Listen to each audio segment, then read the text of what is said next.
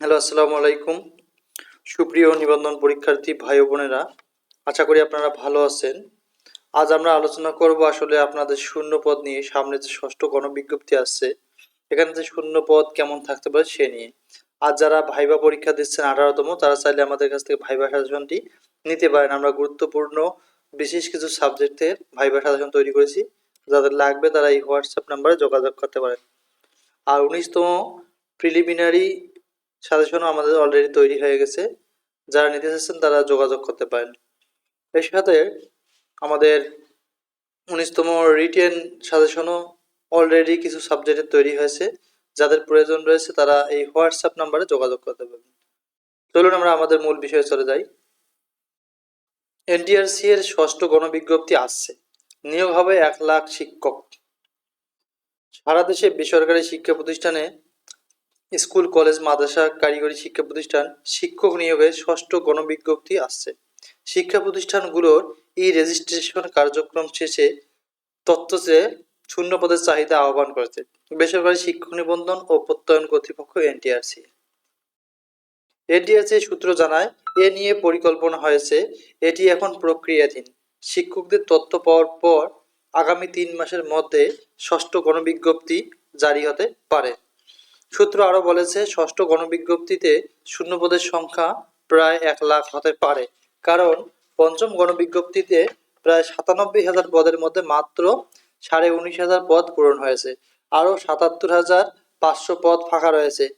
এছাড়া চলতি বছর 20 থেকে 25,000 পদ অবসরের কারণে শূন্য আছে, অর্থাৎ 20 থেকে 25,000 শিক্ষক অবসর গ্রহণ করতেছে চলতি বছরে। তার মানে এই ডিসেম্বরের মধ্যে এরা অবসর গ্রহণ করবে। তাহলে দেখা যাবে যে আরো অনেক 20 থেকে 25,000 পদ অ্যাড হবে। তার আগের ছিল আমাদের কতগুলো 77,000, 20-25,000 হলে প্রায় 1,00,000-এরও অধিক সংখ্যক শূন্য পদ থাকবে। তাই 18তমদের জন্য এটা একটা গুড নিউজ যে যারা আসলে ভাইবা উত্তীর্ণ হবে ইনশাআল্লাহ সকলের জব নিশ্চিত হবে। এই বিষয়ে এনটিআরসি এর এক ঊর্ধ্বতন কর্মকর্তার নাম প্রকাশ না করার শর্তে দ্য ডেইলি ক্যাম্পাসকে বলেন, ষষ্ঠ গণবিজ্ঞপ্তি নিয়ে পরিকল্পনা করা হয়েছে, বিষয়টি এখন প্রক্রিয়াধীন। এ নিয়ে কাজ শেষ হলে আগামী 3 মাসের মধ্যে ষষ্ঠ গণবিজ্ঞপ্তি জারি হতে পারে। আপনারা জানেন যে ভাইবা শেষ হইতেই মোটামুটি আরো 2-3 মাস লাগবে। এর মধ্যে এরা এই কাজটা কমপ্লিট করবে। 3 মাসের মধ্যে ষষ্ঠ গণবিজ্ঞপ্তি জারি হওয়ার যথেষ্ট সম্ভাবনা রয়েছে। ষষ্ঠ গণবিজ্ঞপ্তিতে পদসংখ্যা কি 1,00,000 কিনা জানতে চাইলে তিনি বলেন, কত পদের জন্য বিজ্ঞপ্তি দেওয়া হবে এটা এখন বলতে পারছি না, তবে ধারণা করা হচ্ছে 1,00,000। এ নিয়ে বিস্তারিত আরো পরে জানানো হবে। অন্য একটি সূত্র জানায়, এই মুহূর্তে শূন্য পদের সংখ্যা লক্ষাধিক। এবার বেশি শূন্য পদে নিয়োগ দেওয়া সম্ভব হবে।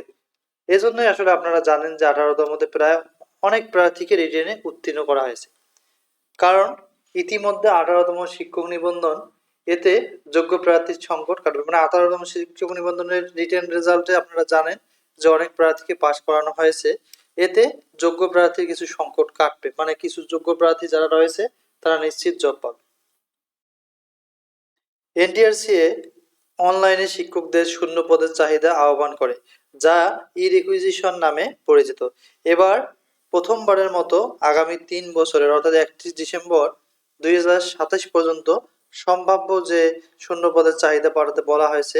এর আগে শিক্ষা প্রতিষ্ঠানের তথ্য হালনাগাদ কার্যক্রম বা রেজিস্ট্রেশন শেষ করে এনটিআরসি। তো আশা করি আপনারা বুঝতে পারছেন। আপনারা যারা ভাইবা দিচ্ছেন তারা ভালোভাবে ভাইবা দিন। আশা করা হচ্ছে যারা ভাইবাতে উত্তীর্ণ হতে পারবেন তাদের সকলের জব নিশ্চিত হবে। তাই যাদের ভাইবা এখনো হয়নি তারা ভাইবার জন্য ভালোভাবে প্রিপারেশন নিন।